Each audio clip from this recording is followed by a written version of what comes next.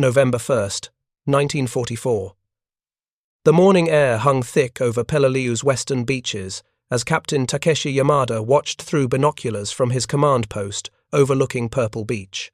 His hands, steady from years of military discipline, held German-made optics that provided crystal clarity across 500 yards of coral and volcanic sand. What he observed that morning would fundamentally alter every assumption Japanese Imperial Headquarters had made about sustaining prolonged defensive operations against American forces. The first Higgins boat struck the beach at 0600 hours, disgorging Marines who moved with an energy that seemed impossible for men who had spent 3 days aboard transport ships. Yamada noted their pace, their stride length, the ease with which they carried equipment loads that would have staggered his own soldiers. But it was what happened next that caught his attention with force of revelation. Within 20 minutes of securing the beach head, American supply parties began establishing field kitchens. Not emergency rations distributed from packs, but actual cooking operations with portable stoves, insulated containers, and enough provisions to suggest the invaders expected to eat hot meals while under fire. If you're enjoying this deep dive into the story, hit the subscribe button and let us know in the comments from where in the world you are watching from today. Yamada's own soldiers, dug into defensive positions across the island's interior, had been on reduced rations for 6 weeks. The last Japanese supply submarine had reached Peleliu on September 12th, delivering barely enough rice and dried fish to provide 800 calories per man per day. His battalion surgeon had warned him 3 days earlier that combat effectiveness was declining measurably as soldiers lost body weight and muscular strength. Now, watching American forces establish what appeared to be a full logistics operation on a contested beach, Yamada understood that his troops were not merely fighting better-equipped opponents, they were fighting an enemy whose basic metabolism operated at levels Japanese supply networks could never match. Private First Class Robert Morrison of the 1st Marine Division's K Company stepped off the landing craft at 06:15, his boots finding purchase on coral that had been pulverized by 3 days of naval bombardment. At 5 feet 10 inches and 162 pounds, Morrison represented the statistical average for Marines in the Pacific Theater. His last meal, consumed 4 hours earlier aboard the transport ship, had consisted of eggs, bacon, pancakes, bread, butter, jam, and coffee. The galley staff had loaded his plate with portions calculated to deliver approximately 1,200 calories, roughly 1/4 of his expected daily intake during combat operations. Morrison's combat load included 3 days of field rations, in addition to ammunition, water, entrenching, tools, and personal equipment. The rations alone weighed 9 pounds, packaged in moisture-proof containers that preserved their nutritional value even in the humid conditions of the Pacific.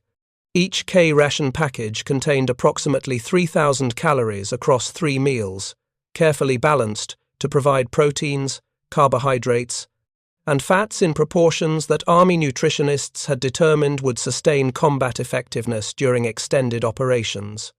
The rations included items that Japanese soldiers would have considered luxuries: canned meat, cheese, crackers, chocolate bars, powdered coffee, and cigarettes. 600 yards inland, Corporal Hiroshi Tanaka of the Imperial Japanese Army's 14th Infantry Division crouched in a reinforced bunker that had taken 3 months to construct. At 5 feet 4 inches and 108 pounds, Tanaka weighed 54 pounds less than Morrison. His last meal, consumed 18 hours earlier, had consisted of a rice ball the size of his fist and a small portion of pickled radish. The meal provided approximately 400 calories, representing half of his daily ration allotment. Tanaka's combat load included no additional food supplies.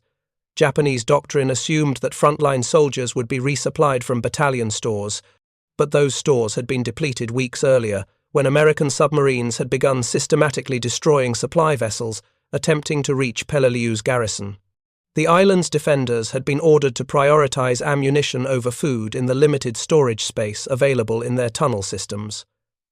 Captain Yamada's decision, approved by his regimental commander, reflected the Imperial Army's calculation that soldiers could sustain combat effectiveness on minimal rations for several weeks before malnutrition significantly degraded their performance. The calculation was based on Japanese military tradition rather than modern nutritional science.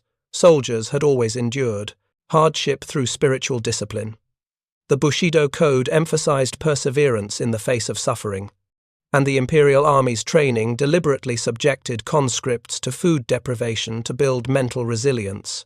What this tradition failed to account for was that American forces operated under an entirely different paradigm, one that treated nutrition as a tactical advantage equivalent to superior weapons or better training. By mid-morning, Morrison's company had advanced 800 yards inland, clearing several defensive positions while sustaining moderate casualties from Japanese artillery and sniper fire. The Marines moved with tactical precision, but also with a physical endurance that reflected their nutritional status.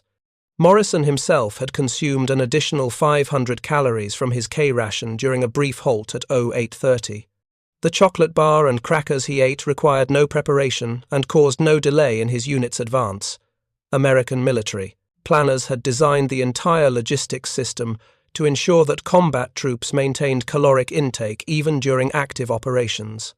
Tanaka's company had engaged the Americans 3 times during the same period, firing from concealed positions before withdrawing through tunnel systems that connected their defensive network. The tactics were sound, developed by Colonel Nakagawa specifically to counter American advantages in firepower and mobility. But Tanaka noticed something during the third engagement that troubled him more than the enemy's accurate rifle fire. The Marines did not seem to tire. They advanced with the same energy at 1000 hours that they had displayed during the initial landing, while his own soldiers were visibly fatigued from the minimal rations they had consumed over the past 48 hours. The science behind this disparity would have been immediately apparent to any nutritionist, though few existed within the Imperial Japanese Army's command structure. Human metabolism requires approximately 2,000 calories per day to sustain basic bodily functions in a sedentary adult male. Combat operations, which involve carrying heavy loads across difficult terrain while experiencing the stress of life-threatening danger, increase caloric requirements to between 4,000 and 6,000 calories per day, depending on the intensity of activity. Morrison's Marine Corps ration plan provided 5,000 calories during active combat operations, carefully calculated to maintain body weight, preserve muscle mass, and sustain the energy levels necessary for prolonged physical exertion. Tanaka's 800-calorie ration represented less than half the minimum required to prevent starvation in a non-combatant. Under combat conditions, his body was consuming stored energy at rates that would lead to measurable physical decline within days. The Imperial Japanese Army's medical staff understood this arithmetic in theory, but supply realities and strategic priorities had made adequate nutrition impossible for garrisons isolated by American naval dominance.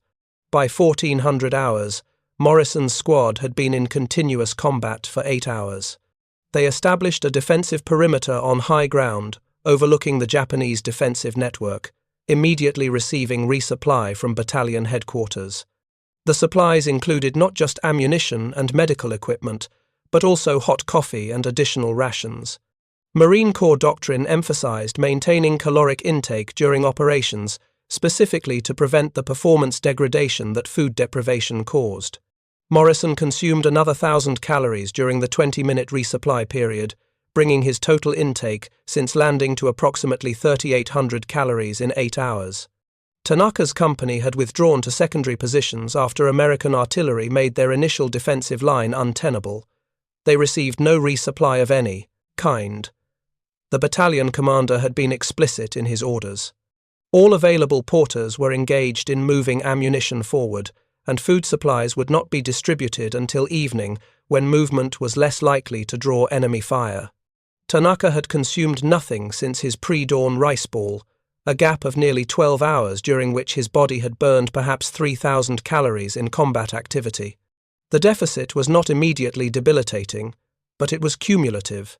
Each day of inadequate nutrition would compound the effects until combat effectiveness deteriorated beyond recovery.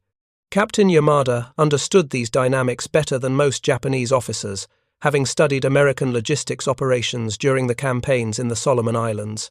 His reports to division headquarters had warned that American nutritional superiority represented a significant tactical advantage, but his recommendations for increased supply priorities for food had been dismissed. Imperial headquarters believed that Japanese soldiers' superior spiritual discipline would compensate for material disadvantages. Yamada's observations suggested otherwise, but the strategic situation left no room for implementing better solutions, even if his superiors had been inclined to accept his analysis. The evening of November 1st brought a temporary reduction in combat intensity as both sides consolidated positions and prepared for night operations. Morrison's company received hot meals delivered from the beachhead kitchens, an operation that would have seemed fantastical to any Japanese officer observing it. The meals consisted of meat, stew, bread, vegetables, and fruit. Morrison's portion alone contained approximately 1,800 calories, bringing his total daily intake to roughly 5,300 calories. He felt tired from the day's combat, but not hungry and not weak. His body had received the fuel it needed to sustain its performance. Tanaka received his evening ration at 2100 hours after darkness had made movement safer from American observation. The meal consisted of a rice ball slightly larger than his morning portion and a small amount of canned fish. The total caloric value was perhaps 500 calories, bringing his daily intake to 900 calories against an expenditure that medical science would estimate at over 4,000 calories. The deficit, nearly 3,200 calories, would be made up by his body consuming its own tissue. Muscle mass, fat reserves, and eventually organ function would be sacrificed to maintain basic metabolic processes. The mathematics of sustained combat were brutally simple. Morrison could maintain his current performance level indefinitely as long as supply lines remained intact. His body received sufficient nutrition to rebuild damaged tissue, maintain immune function, and preserve the muscular strength necessary for combat effectiveness. Tanaka was slowly starving, his combat capability declining by measurable increments with each day of inadequate nutrition. Within 2 weeks, if supply conditions did not improve, he would be incapable of sustained physical exertion regardless of his courage or training. Captain Yamada's evening report to regimental headquarters noted American resupply operations with particular emphasis on their apparent food distribution system. His estimates, based on observed container quantities and the number of troops receiving provisions, suggested that American forces were consuming at least 5 times more food than Japanese defenders. He noted that this disparity would become increasingly significant as the battle extended beyond the 3 to 4 day duration that Japanese defensive plans had anticipated. His superior officer acknowledged the report, but offered no solutions. There were no additional supplies available, no submarines capable of breaking through the American naval blockade, and no alternative strategies that could compensate for the nutritional deficit Japanese forces faced. The first night of the Battle of Peleliu ended with both sides preparing for continued operations. Morrison slept for 4 hours, his body recovering efficiently due to adequate nutrition and the resilience of youth supported by proper caloric intake. Tanaka stood watch in his defensive position, feeling the beginning of what would become chronic hunger, a sensation that would intensify each day until it dominated every thought and weakened every physical movement. The war was being fought on many fronts, with many weapons, but on Peleliu in November of 1944, one of the most decisive factors would prove to be the simple arithmetic of calories consumed versus calories expended. November 8, 1944. 7 days into the battle, the cumulative effects of nutritional disparity had begun manifesting in ways that tactical training could not overcome. Morrison's platoon conducted a reconnaissance patrol through the central corridor of Peleliu's defensive network, moving through coral ridges that provided perfect concealment for Japanese positions. The Marines advanced with caution but not hesitation, their movements reflecting physical capabilities that remained essentially unchanged from the battle's first day. Morrison had consumed an average of 4,800 calories per day since landing, maintaining his body weight and muscular strength despite the demands of continuous combat operations. The patrol made contact with a Japanese position at 09:15, triggering a firefight that lasted 20 minutes. Morrison's squad bounded forward using standard fire and movement tactics, their training augmented by physical reserves that allowed them to sprint between covered positions while carrying full combat loads. The engagement required the kind of explosive physical effort that depletes energy rapidly, but Morrison had eaten a full breakfast 3 hours earlier. His muscles had immediate access to the glycogen stores necessary for intense exertion. Tanaka's squad occupied the defensive position that Morrison's patrol had encountered. 7 days of inadequate rations had reduced Tanaka's body weight by 11 pounds, a loss that represented primarily muscle mass and water. His daily caloric intake had averaged 850 calories, less than 1/4 of what his combat activities required. The deficit, compounding over 7 days, totaled more than 20,000 calories.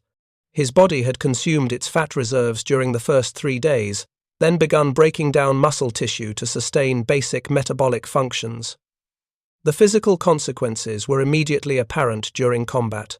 When Morrison's squad began their assault, Tanaka attempted to reposition his light machine gun to engage the approaching Marines. The weapon weighed 24 pounds, manageable for a soldier in proper nutritional condition. But Tanaka's weakened muscles struggled with the load.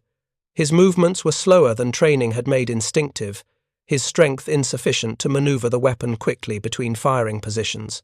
The degradation was not dramatic, perhaps 15% reduction in speed and strength, but in close quarters combat, those margins determined who survived engagements and who did not. Tanaka's squad leader, Sergeant Koji Watanabe, recognized the problem immediately. His soldiers were not cowards, were not poorly trained, and were not lacking in determination. They were simply running out of the physical capacity to execute tactics that required strength and endurance their bodies no longer possessed.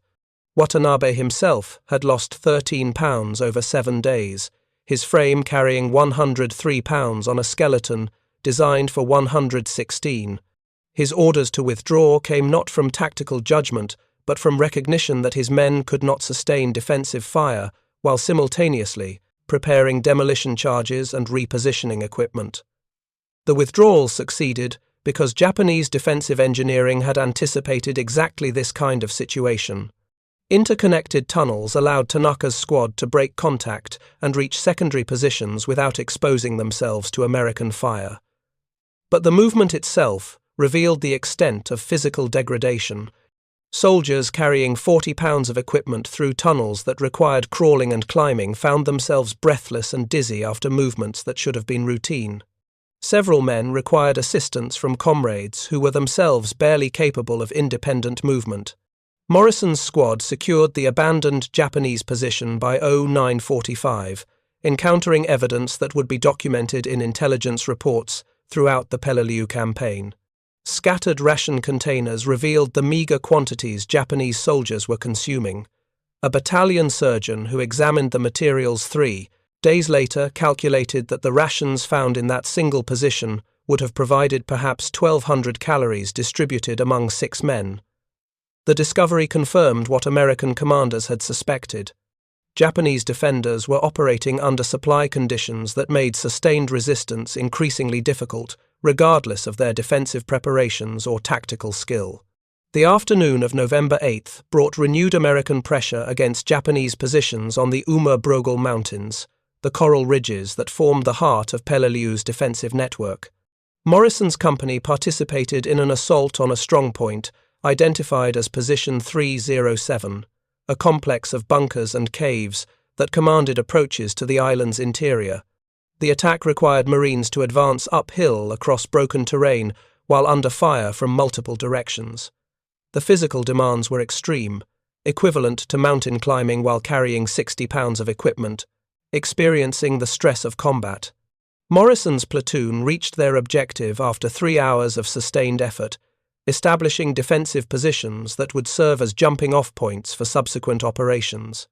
The Marines were exhausted, but their exhaustion was the normal fatigue that comes from intense physical exertion. Hot meals arrived within an hour of securing the position, delivering another 1,800 calories that would help restore glycogen levels and begin repairing muscle tissue damaged during the assault. By evening, Morrison felt recovered enough to stand watch duty, his body's resilience maintained by nutritional support that never faltered. Tanaka's company defended Position 307's southern approaches, engaging American forces throughout the afternoon without receiving any resupply of ammunition or rations. Captain Yamada had personally visited their positions that morning, bringing what encouragement he could offer but no solutions to the supply crisis that was slowly destroying his battalion's combat effectiveness. Yamada had lost 18 pounds since the battle began, his officers' rations providing slightly more food than enlisted men received, but still inadequate for sustaining health under combat conditions. If you find this story engaging, please take a moment to subscribe and enable notifications. It helps us continue producing in-depth content like this. The meeting between Yamada and his company commanders that evening took place in a tunnel complex 50 feet below the coral surface. The air was stale, the temperature oppressive, and the discussions reflected a grim reality that no amount of courage could overcome. Every officer present had observed the physical decline in their soldiers. Medical officers reported that average weight loss across the battalion exceeded 10 pounds per man, with some individuals showing signs of severe malnutrition, including edema, muscle weakness, and impaired cognitive Bose function. Lieutenant Masao Fujimoto, commanding the battalion's 2nd Company, presented observations that confirmed what everyone feared. His soldiers were becoming incapable of sustained defensive operations, not because their positions were inadequate or their tactics flawed, but because their bodies were failing them. Men who had successfully repelled American assaults during the battle's first days now struggled to carry ammunition between positions. Machine gun crews who had maintained accurate fire for extended periods now experienced tremors and weakness that degraded their marksmanship. Most critically, soldiers were falling asleep at their posts, despite knowing that such failures could lead to positions being overrun. Their bodies were shutting down, conserving energy by forcing unconsciousness even when conscious awareness was essential for survival. Captain Yamada's response reflected the impossible situation Japanese commanders faced throughout the Pacific War's final year.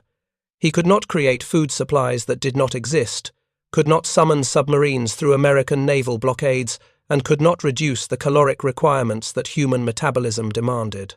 His orders to his company commanders emphasized the spiritual strength that Japanese soldiers were expected to possess, the Bushido traditions that had sustained warriors through hardship for centuries, and the honor that came from resistance regardless of material circumstances.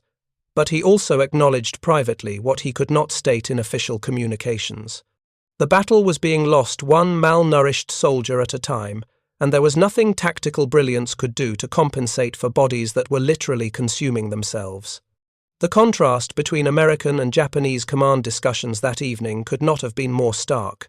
While Yamada grappled with malnutrition's effects on combat capability, Morrison's battalion commander reviewed logistics reports that confirmed adequate supplies for another 3 weeks of operations at current consumption rates. The Marine Corps supply system had delivered over 42,000 pounds of rations to Peleliu since the landing, enough to maintain 5,100 calorie daily intake for every Marine ashore. Additional supplies were already staged for delivery as needed, backed by a logistics network that treated nutrition as a fundamental requirement rather than a luxury dependent on favourable supply conditions. November 15th, 2 weeks into the campaign, marked the point where nutritional disparity had become the decisive factor in combat effectiveness. Morrison's weight had stabilised at 160 pounds, a 2-pound loss that reflected the intensity of combat operations but indicated that his caloric intake was nearly sufficient to maintain equilibrium. His physical capabilities remained essentially unchanged from the battle's first day. He could carry his combat load without difficulty, sustain long movements across difficult terrain, and execute the explosive physical efforts that close-quarters combat demanded. Tanaka weighed 94 pounds, having lost 14 pounds in 14 days.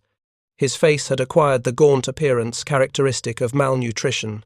His uniform hung loose on a frame that had lost both muscle mass and subcutaneous fat. His combat effectiveness had declined by roughly 40%, based on objective measurements of his ability to carry loads, sustain physical exertion, and maintain alertness during extended operations. He was not alone in this decline. Every soldier in his company showed similar deterioration, creating cumulative effects that undermined unit cohesion and tactical capability. The medical realities of starvation followed predictable patterns that Japanese military doctors understood but could not prevent. During the first week of caloric deficit, the human body consumed fat reserves to make up for inadequate nutrition. Tanaka had possessed minimal fat stores when the battle began, perhaps 15 pounds that sustained him through the initial period of combat operations. By day 8, those reserves were essentially exhausted, forcing his metabolism to begin consuming muscle tissue to meet energy requirements. The process, called catabolism, breaks down proteins into amino acids that can be converted to glucose for brain function and basic cellular processes. Muscle loss affected combat capability in ways that extended beyond simple strength reduction. Tanaka's ability to maintain body temperature declined as muscle mass decreased, making him vulnerable to chills even in Peleliu's tropical climate. His immune system, dependent on protein synthesis for producing antibodies, became compromised, increasing his susceptibility to the infections that thrived in the unsanitary conditions of underground defensive positions. His cognitive function began to deteriorate as his brain, requiring approximately 400 calories per day to maintain normal operation, received insufficient glucose to sustain alertness and decision-making capability. Morrison suffered none of these effects. His daily rations provided not just adequate calories, but also balanced nutrition that included proteins for muscle maintenance, carbohydrates for immediate energy, fats for sustained caloric reserves, and vitamins necessary for immune function and tissue repair. The K rations he consumed were scientifically formulated to maintain combat effectiveness indefinitely, designed by nutritionists who understood that modern warfare required treating soldiers as high-performance machines whose fuel requirements could not be neglected without accepting severe performance penalties. The battle's third week brought American pressure against the final Japanese defensive positions in the Uma-Brugol pocket, a complex of fortifications that represented Colonel Nakagawa's last organized resistance. Tanaka's company, reduced to 47 men from its original strength of 130, occupied positions on the northern edge of the pocket. Their orders were to resist until ammunition was exhausted, then conduct a final counterattack rather than surrender. The orders made no mention of food supplies because none existed to distribute. Tanaka received his last organized ration on November 22nd, a rice ball that provided perhaps 300 calories. The distribution came from emergency supplies that Captain Yamada had been hoarding for exactly this situation, the final days when organized resistance would give way to individual survival efforts. Yamada himself was visibly emaciated, his weight having dropped below 100 pounds. His command effectiveness remained intact through force of will, but his physical presence reflected the reality that officer status provided no immunity to the effects of starvation. Morrison's company continued receiving 3 hot meals per day supplemented by field rations, maintaining caloric intake that averaged 4,800 calories throughout the campaign's final phase. The American logistics system had adapted to Peleliu's challenges by establishing permanent field kitchens at multiple locations across secured territory. Supply vessels arrived daily, delivering fresh provisions that included meat, vegetables, bread, and even occasional luxuries like ice cream that boosted morale while maintaining nutritional standards. The Marines were tired, certainly, traumatized by the intensity of combat and the casualties their units had sustained. But they were not hungry, not weak, and not suffering from the physical deterioration that had broken Japanese defensive capabilities as surely as American firepower. The final engagement between Morrison and Tanaka's units occurred on November 24th, when American forces overran the last organized Japanese positions in the northern Uma-Brogol pocket. Morrison's platoon advanced through terrain they had been fighting over for 3 weeks, encountering resistance that had become sporadic and uncoordinated. The Japanese soldiers defending these final positions moved with the sluggish responses of men whose bodies had been pushed beyond sustainable limits. Their rifle fire remained accurate, their tactical positioning showed the skill that came from excellent training, but their physical capabilities had degraded to the point where they could no longer execute the rapid movements and sustained efforts that effective defense required. Tanaka died in his defensive position at approximately 1400 hours on November 24th, killed by a grenade during close-quarters fighting. His body, recovered by American Graves registration personnel 3 days later, weighed 87 pounds at death. The medical examination noted severe malnutrition, muscle wasting, and organ damage consistent with prolonged starvation.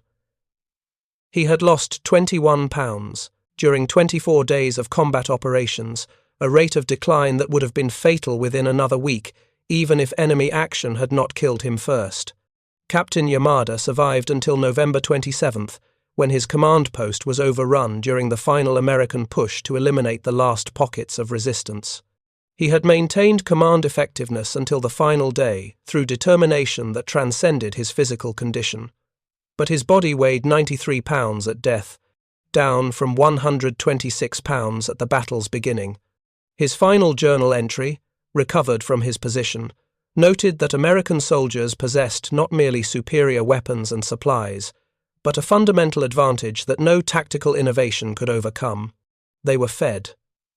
The aftermath of Peleliu's capture provided American military planners with documentation that would reshape understanding of nutrition's role in sustained combat operations. Medical examinations of captured Japanese soldiers revealed average weight losses exceeding 18 pounds per man, with many prisoners showing signs of advanced starvation that required immediate hospitalization to prevent death from refeeding syndrome. The condition, caused by reintroducing food too rapidly to severely malnourished individuals, demonstrated how completely Japanese supply failures had degraded their garrison's physical condition.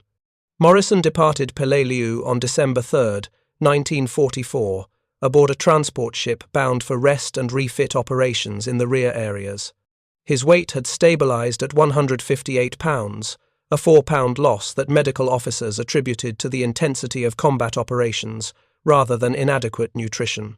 Physical examinations revealed that his muscle mass remained intact, his cardiovascular condition was excellent, and his recovery trajectory suggested he would return to full combat capability after several weeks of rest. The Marine Corps nutritional program had successfully maintained his physical effectiveness throughout 73 days of sustained combat. The statistical analysis compiled by Marine Corps logistics officers revealed the scope of nutritional disparity and its operational consequences. American forces on Peleliu had consumed approximately 4.7 million pounds of rations during the campaign, averaging 4,900 calories per man per day. This intake maintained average Marine body weight within 3% of pre-battle measurements, preserving combat effectiveness throughout operations that extended far beyond original planning estimates. Japanese forces, by contrast, had entered the battle with approximately 300,000 pounds of rations in storage, enough to provide 900 calories per man per day for 30 days if distributed evenly. The mathematics of this disparity illuminated why Japanese defensive strategy had emphasized causing maximum American casualties during limited time periods rather than sustaining prolonged resistance. Colonel Nakagawa's defensive plan had anticipated 3 to 4 weeks of organized combat before supply exhaustion would force survivors to conduct final banzai charges or individual resistance efforts. His calculations proved accurate. By day 28, Japanese defensive coherence had collapsed not because positions were overrun or ammunition exhausted, but because soldiers lacked the physical capacity to continue coordinated operations. The broader strategic implications extended throughout the Pacific Theater during the war's final year. American submarine operations had systematically destroyed Japanese supply networks, creating garrison forces that operated under nutritional conditions incompatible with sustained combat effectiveness. Intelligence analysis of captured documents from Iwo Jima, Okinawa, and smaller island garrisons revealed similar patterns. Japanese commanders anticipated supply difficulties and prepared defensive plans that emphasized inflicting casualties during initial battle phases when their soldiers retained adequate nutritional status to fight effectively. Lieutenant Colonel Harold Deakin, assigned to analyze captured Japanese logistics documents for Marine Corps headquarters, submitted a comprehensive report in February 1945 that quantified the caloric disparity's tactical significance. His analysis noted that American forces maintained consistent combat effectiveness throughout extended operations because their logistics system treated nutrition as a fundamental requirement equivalent to ammunition supply.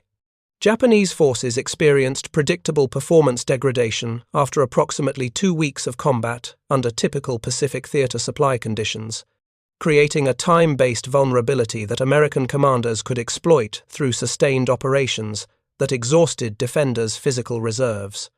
The report included detailed comparisons of ration systems that revealed fundamentally different approaches to sustaining military operations.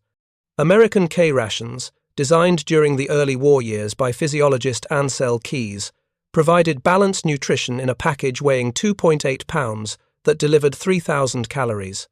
The rations included innovations like compressed graham crackers that provided carbohydrates without requiring water, canned cheese that supplied protein and fats resistant to tropical heat, and chocolate bars formulated to remain solid at 90 degrees but melt at body temperature for rapid energy absorption. Japanese emergency rations, by contrast, consisted primarily of rice, supplemented by small quantities of dried fish, pickled vegetables, and soy products. The rations provided adequate nutrition when consumed in quantities of 2 pounds per day, delivering approximately 2,500 calories from familiar foods that Japanese soldiers found culturally acceptable. However, supply. Realities on isolated garrisons meant that actual distribution averaged less than 1 pound per day, providing fewer than 900 calories that were nutritionally unbalanced and insufficient for maintaining combat effectiveness. The cultural factors underlying these disparities reflected broader differences in how American and Japanese military institutions approached soldier welfare. The United States military had embraced scientific management principles during the 1930s, conducting extensive research into human performance optimization that treated soldiers as valuable assets whose capabilities could be maximized through proper support.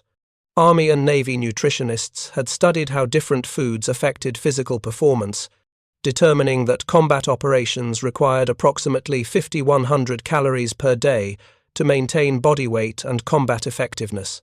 The Japanese military tradition emphasized spiritual discipline over material comfort, viewing hardship as character building and treating supply difficulties as opportunities to demonstrate perseverance. This philosophy had historical roots in samurai culture and had been reinforced during Japan's rapid military expansion when supply limitations were constant features of operations across China and Southeast Asia. Soldiers were trained to endure hunger, to view minimal rations as sufficient, and to believe that willpower could compensate for physical deficits that Western military science considered disabling. Morrison's experience on Peleliu illustrated how American nutritional support extended beyond simply providing adequate calories. The field kitchens that operated throughout the campaign delivered hot meals that provided psychological benefits in addition to nutritional value. Marines returning from combat patrols found fresh coffee, warm food, and occasionally supplementary items like fruit or candy that boosted morale during the grinding attrition of island warfare. These provisions required substantial logistics support, with supply vessels delivering refrigerated storage, cooking equipment, fuel, and the personnel necessary to operate field kitchen facilities under combat conditions. The investment reflected American industrial capacity and strategic priorities that treated soldier welfare as integral to combat effectiveness. Marine Corps doctrine explicitly stated that maintaining troop morale required providing the best possible living conditions compatible with tactical necessity. This philosophy manifested in practices like rotating units off the line for rest periods, establishing rear area facilities where Marines could shower and receive clean uniforms, and ensuring that mail delivery continued even during active operations. The cumulative effect was a military force that maintained physical and psychological resilience throughout extended campaigns. Japanese forces on Peleliu experienced the opposite trajectory. Tanaka's final weeks had been characterized by progressive isolation from support systems that might have sustained combat capability. No rotation off the line occurred, because no rear areas existed where soldiers could recover. No mail arrived because supply submarines could not penetrate American naval blockades. No hot meals were served because fuel for cooking had been prioritized for other uses, and because the constant threat of American observation made smoke from cooking fires an unacceptable risk. The psychological impact of chronic hunger compounded the physical effects in ways that American intelligence analysts initially failed to understand.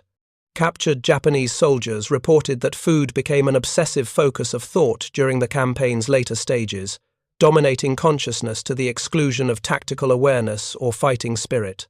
Men who had been trained to embrace death for the emperor found themselves unable to concentrate on their duties because their bodies were screaming for sustenance that did not exist.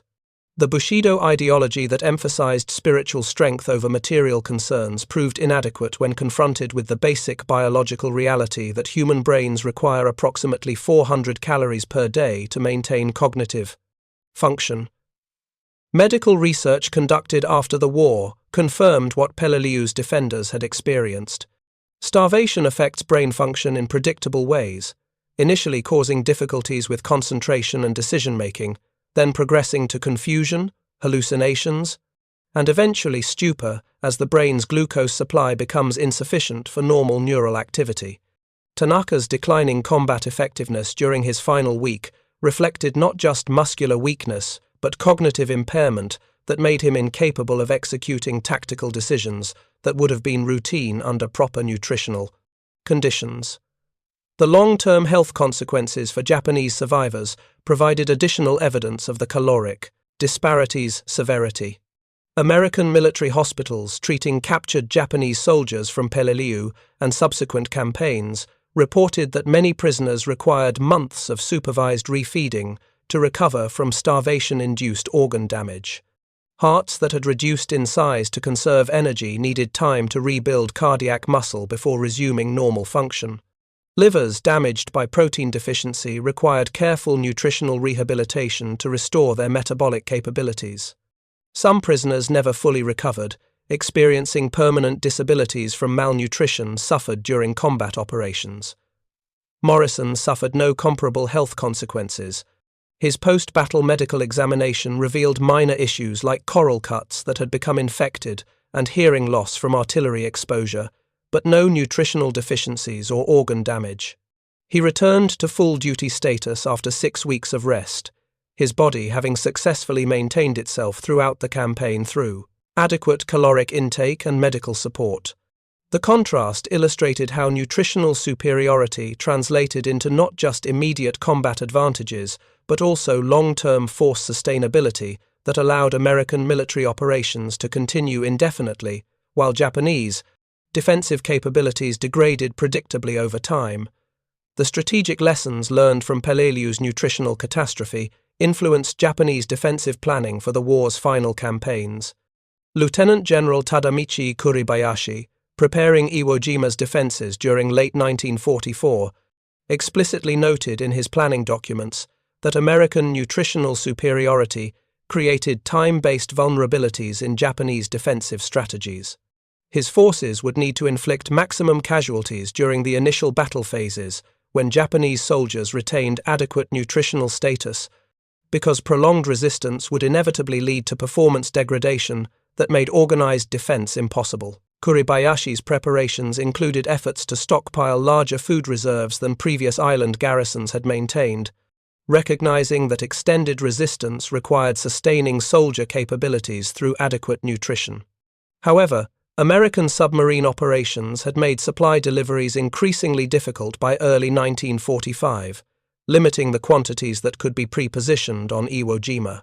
When American forces landed in February 1945, Japanese defenders possessed approximately 45 days of rations at minimal consumption levels, slightly better than Peleliu's garrison, but still inadequate for maintaining combat effectiveness during the extended battle that followed.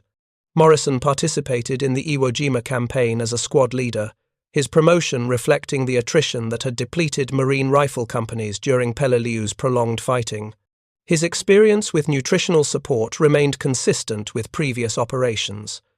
The Marine core logistics system delivered an average of 5,200 calories per day throughout the 36-day campaign, maintaining combat effectiveness even as casualties mounted and the intensity of fighting exceeded anything American forces had previously encountered.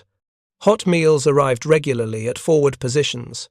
Rations remained available for consumption during tactical operations, and medical support ensured that wounded Marines received nutrition adequate for healing even while hospitalized.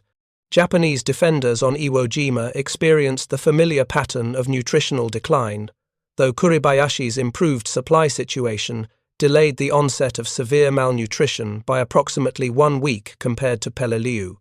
American intelligence reports noted that Japanese resistance remained effectively coordinated through day 21, after which defensive coherence began deteriorating in patterns consistent with widespread physical exhaustion and malnutrition. Captured. Documents revealed that daily ration distribution had declined to approximately 600 calories per man by day 25, with many positions receiving no resupply during the campaign's final week. The Okinawa campaign, beginning in April 1945, represented the final test of nutritional strategies in sustained Pacific combat. Morrison's battalion landed on April 1st as part of the largest amphibious operation in the Pacific Theater. The Marine Corps logistics plan anticipated 3 months of combat operations, with supply vessels prepared to deliver over 8 million pounds of rations to sustain more than 100,000 American troops ashore. The planning reflected lessons learned from previous campaigns where adequate nutrition had proven essential for maintaining combat effectiveness during extended operations. Japanese forces defending Okinawa possessed substantially larger supply stockpiles than previous island garrisons, including rice reserves, sufficient for 90 days at minimum ration levels. General Mitsuru Ushijima's defensive plan anticipated a prolonged battle of attrition where Japanese forces would trade space for time, withdrawing to successive defensive lines while inflicting maximum casualties on American forces. The strategy required sustaining soldier capabilities throughout an extended campaign, making nutritional support more critical than in previous battles, where Japanese commanders had accepted that supply exhaustion would eventually force final banzai charges. The reality of Okinawa's 82-day campaign exposed the limits of Japanese supply planning even under relatively favorable conditions. American forces maintained consistent nutritional support throughout the operation, with Morrison's company receiving 3 hot meals daily, supplemented by field rations that ensured caloric intake never fell below 4,800 calories per day. Japanese forces began experiencing supply difficulties by day 35, when American advances disrupted distribution networks and systematic naval bombardment destroyed stockpiled reserves. By day 50, captured Japanese soldiers reported that rations had declined to approximately 700 calories per day in forward positions, with many units receiving no organized resupply for weeks at a time. The cumulative effect of nutritional disparity across the Pacific War's final year created force multipliers that extended beyond individual combat effectiveness. American units could sustain operations indefinitely without performance degradation, allowing commanders to maintain offensive pressure that prevented Japanese forces from recovering or reorganizing. Japanese units experienced predictable decline curves, where combat capability deteriorated after approximately 3 weeks of operations under typical supply conditions, forcing commanders to choose between accepting progressive weakness or committing forces to desperate attacks, before malnutrition made such operations impossible. Morrison's survival through 3 major campaigns reflected not just personal courage or tactical skill, but systematic advantages that American logistics provided to every soldier in the Pacific Theater. His body had been properly fueled throughout operations that would have broken lesser supported forces, allowing him to maintain the strength, endurance, and cognitive function necessary for combat effectiveness. The 5,000 calories he consumed daily represented an investment in human performance that paid dividends through superior combat capability and force sustainability. The Japanese soldiers Morrison fought against possessed equal courage and often superior tactical training, but they operated under nutritional conditions that made prolonged resistance ultimately futile. Tanaka's death at 87 pounds symbolized the strategic bankruptcy of a military system that could not provide basic sustenance to its frontline forces. His willingness to fight until death could not compensate for a body that had been systematically starved of the calories necessary to sustain combat operations. The final accounting of the Pacific War's nutritional disparities revealed strategic advantages that American planners had not fully appreciated until analyzing captured Japanese documents after the war's end. Logistics officers discovered that Japanese military planning had consistently underestimated the caloric requirements for sustained combat operations, assuming that soldiers could maintain effectiveness on rations, providing 1,500 to 1,800 calories per day. This miscalculation, compounded by supply disruptions from American naval dominance, created garrison forces that were defeated as much by malnutrition as by enemy action. American forces, by contrast, had overestimated rather than underestimated nutritional requirements, designing supply systems that provided substantial margins above calculated minimums. The result was a military that could sustain operations far longer than Japanese defensive plans anticipated, grinding down enemy resistance through attrition that Japanese forces lacked the nutritional reserves to withstand. The 5,000-calorie advantage that Morrison enjoyed over his Japanese counterparts translated into weeks or months of additional combat effectiveness that proved decisive in determining campaign outcomes. Morrison returned to civilian life in December 1945, his discharge papers noting 3 years of service across the Pacific Theater's most intense campaigns.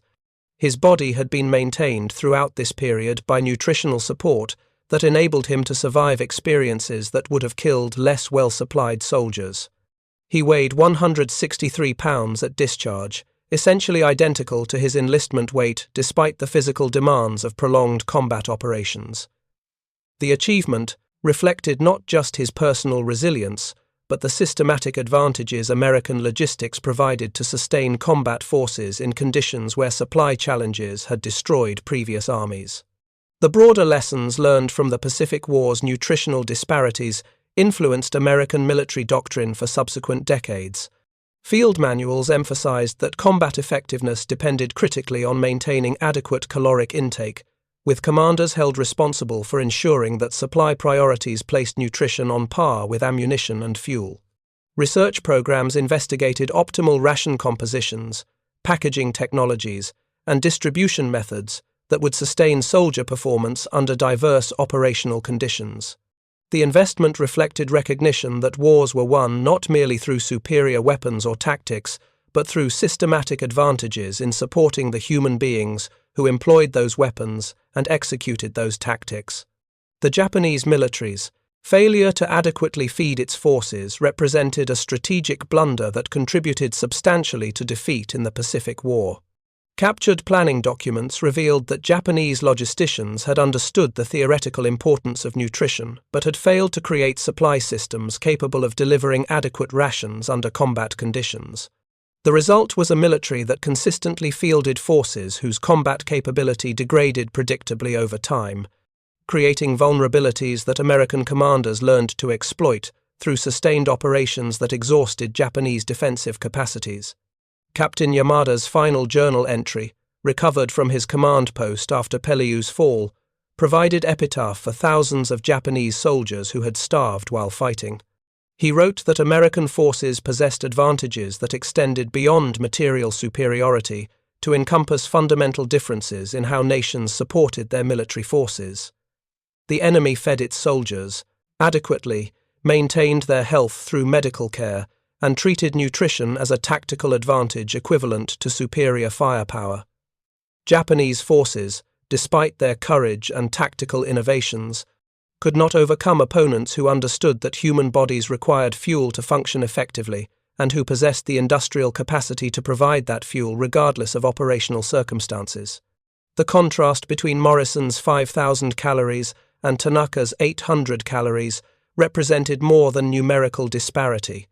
It symbolized fundamental differences in military philosophy, industrial capacity, and strategic priorities that determined the Pacific War's outcome as surely as aircraft carriers or atomic weapons.